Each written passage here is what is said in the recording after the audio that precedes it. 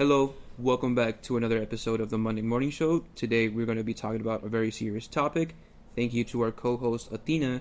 She gave us a suggestion for this episode. Now let's go back to the conversation we had with our special guest, Miss Rollins. All right, hello, Ms. Rollins. Thank you for coming here. Thank you for being here. Yeah, thanks for having me. Athena, why did you bring Ms. Rollins here? So there's been a couple of incidences where I've seen kids being carried out on stretchers and be taken in ambulances because of drug use at our school. So I wanted to bring Ms. Rollins onto the show today to talk about maybe why kids do drugs or how this could happen, or give us some resources if anyone has any different drug issues at the school. So, Ms. Rollins, many kids come to you for advice and for, their problems. You're our school social worker. So what do you think the main reason is of kids abusing drugs at our school?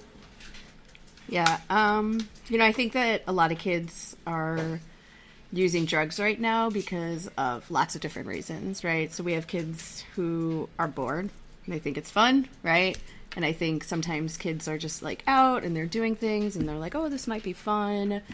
And then they realize that, like when I do these drugs, then I like maybe don't think about some of the problems that I'm having, or I can just like zone out and just feel happy. And I think that those are two big issues, right, that teenagers face, is that they're unhappy and that they don't have a lot of things to do. So a lot of times kids are just doing drugs because they don't want to think about some of the problems that they're having and not maybe feel the way that they are feeling at the time. So it's definitely a big issue, though, with all teenagers, right? Not just here in our school, but all teenagers. How easy do you think it is for a kid here at Schurz to get drugs? How do you think is that easy? Well, I have asked kids multiple times how easy it is to get drugs, and it seems like it's very easy. So I think a lot of times because drugs right now just seem like very common, like it's just like something that people do. Nobody is very nervous to like just go up to somebody and be like, hey, do you have this? Or like, hey, do you have this? Like, when I was growing up, like that was something people like really kept secret. Like nobody knew about anybody's drug use. Whereas like today, people just like walk up to anybody and be like, oh, do you have this? Can I buy this from you? And just from what some of the students say, that there's lots of people in this building that sell drugs to kids. So very easy. There's something I want to piggyback off of. So as you said, most kids do abuse substances because they're not happy. Would you agree with the statement that mental health is a very taboo subject, especially our school being mostly black and brown kids? Would you agree that that's a very taboo subject in their families? In their families, yeah. I think that there's a lot of cultural issues with like accepting mental health. So I hear that a lot. Like, oh, my parents don't believe in depression, or my parents don't believe in medication, or my parents, don't want to talk about these different things. And that makes me feel really sad, because I feel like, these are real issues. But because mental health is something that we can't see, it's something that we just feel inside. A lot of people don't really believe in it. They just think like, oh, you could get over this, or like, just like go out and do this and you'll be fine. But that's not how it is, right? Because a lot of mental illnesses are, like chemical imbalances in your brain. And sometimes we need medication or we need therapy to like help ourselves feel better. So as our social worker, obviously you have many resources for us students. So if we are going through mental health problems and we're thinking about doing substances, what are some resources or advice you could give us? Yeah, I mean, I think that a lot of times when kids are going through things, they're just looking for any way that, they can feel better. And, I mean, I'm not stupid. Kids are going to go out. They're going to go, they go to parties. They're going to be around different drugs and alcohol. And, sometimes if we are feeling really bad, it's going to be really easy for me to be like, oh, yeah, let me just try that. What I always say is, like, you might feel better for that moment, but then, like, once you're sober, all of those problems and everything are still going to be there, right? They don't just, like, go away. it's very easy for me just to say like, oh, well, it's better just to find somebody to talk to and like, have a really positive and strong support system. But, I'm also not like around kids all day long. I can't be like on their shoulder and say like, hey, like, let's think of a better way to handle this. But I think that if a kid is going through something, and they have people in their lives that they can talk to, I think that that's like a really good protective factor so that kids maybe don't do drugs. But what I do see is like when the kids are going through a lot of different things, like with anxiety or depression or just like different issues like that, it's very easy for them to maybe just try like, oh, let me just like smoke some weed and like see how I feel. And, eventually they might say like, oh, this feels really good. Maybe I want to try something else, right? And then it's kind of like this downhill where they just continue to just try different drugs. And that's when like the real issues happen, right? Because once they start doing maybe like some pills or some stronger drugs, it's really hard to stop doing those. And that's when we, have kids that become addicted and, they just kind of maybe stop coming to school or stop doing work or, all of their priorities just kind of change and. So what do you have to say for the kids that like are using a lot of drugs but they won't admit that they have a problem? What do you have to say? I think that's one of like the biggest issues is that usually when kids are using a lot of drugs, they're not really able to see that they have a problem, and they usually will deny things. And I think, really the only thing that I can do is just still be there and support them and encourage them and try to help them find like different things that they can do. But the thing with like, substance abuse or mental health, and if you're not ready to like change or to get help, we can't like force you. I can't make you stop doing drugs. I can't make you, go to therapy and I can't make you feel better, right? That's something that you as a young person or whatever has to want to do. So, I think one thing is that, we don't really have a lot of resources in this building for kids who are struggling with substance abuse. And that's definitely a conversation that the staff has had and that we think would be beneficial for our students here in the building.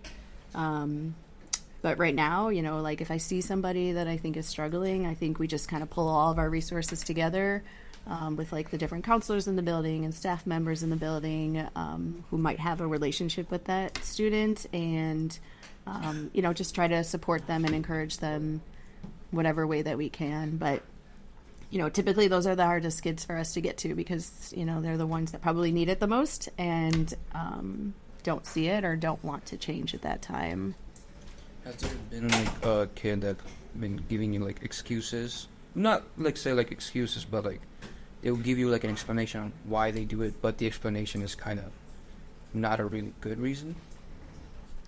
I think a lot of times when I try to like address it with a student, when it's like very obvious, I'll hear a lot of different things. So I'll hear maybe like, oh no, like I've got this under control, or like, oh, I only do this, or like I could stop if I want to. And,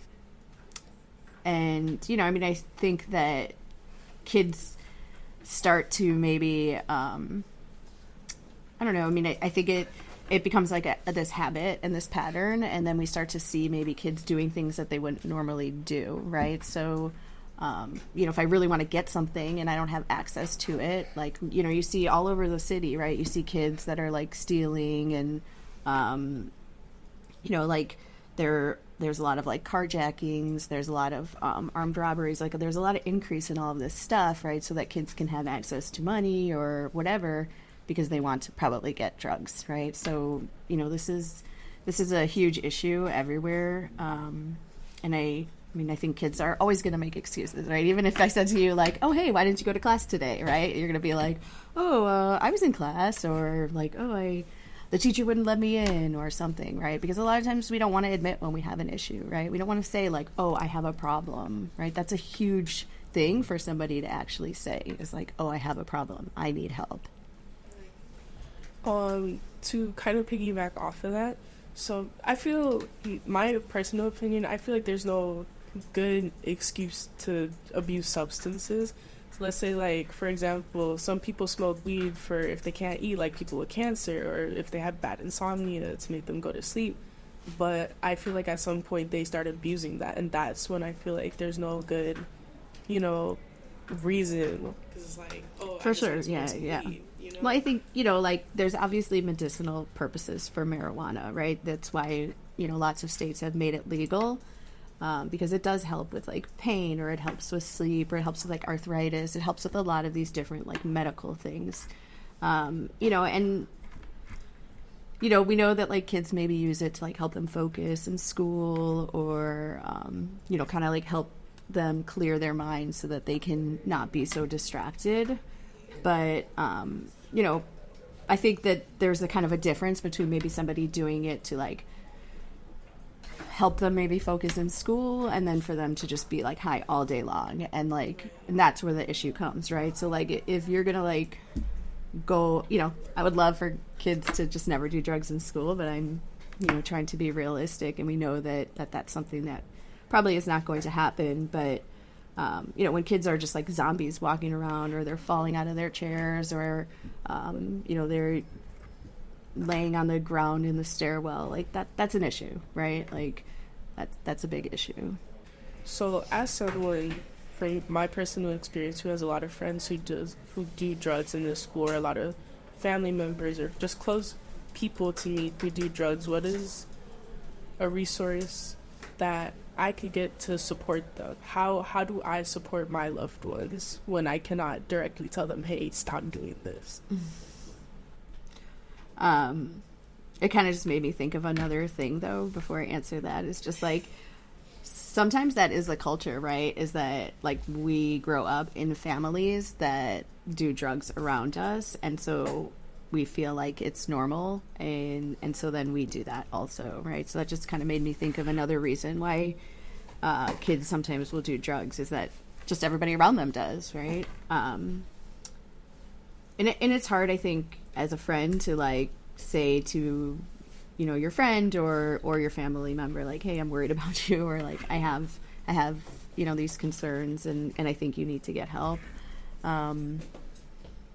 And I would never really recommend any teenager to try to, like, deal with that on their own, right? That's why we have adults in the building that are trained to, talk to kids and help them with those kinds of issues. So I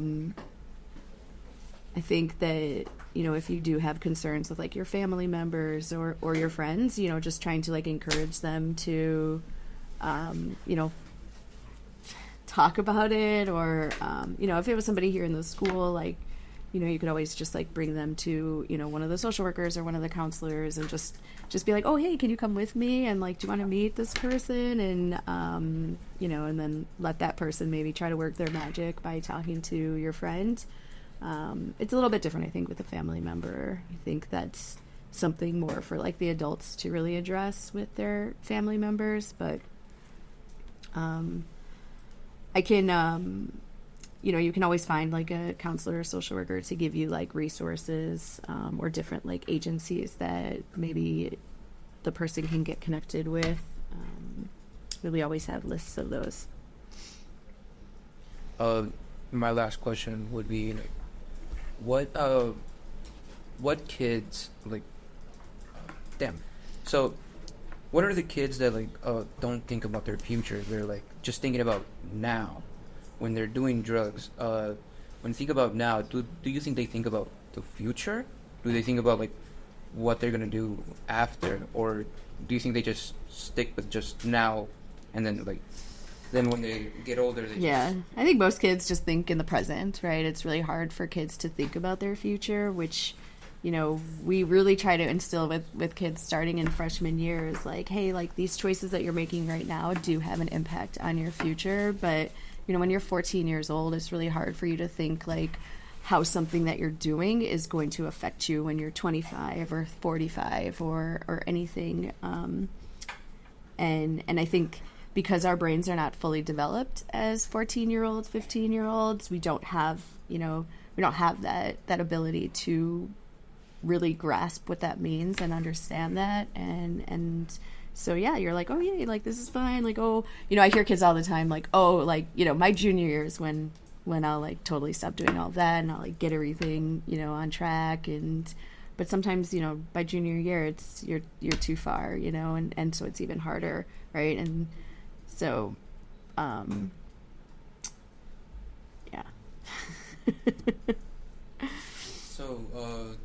So what can kids do? Where can kids go so they can talk about their problems, experiences? Where can kids go? So I think the really most important thing is to bring awareness to these issues, right? So next month is Mental Health Awareness Month, so we'll be doing a lot of activities in the building to just share about different mental illnesses, and with that we can do more awareness about substance abuse and drugs and how it does affect our future and how it does affect our brains and our development and everything, because I think that the more people talk about things, right, the less taboo it becomes, right? So sometimes people think that, oh, I'm the only person going through this, or nobody else would understand what this is like.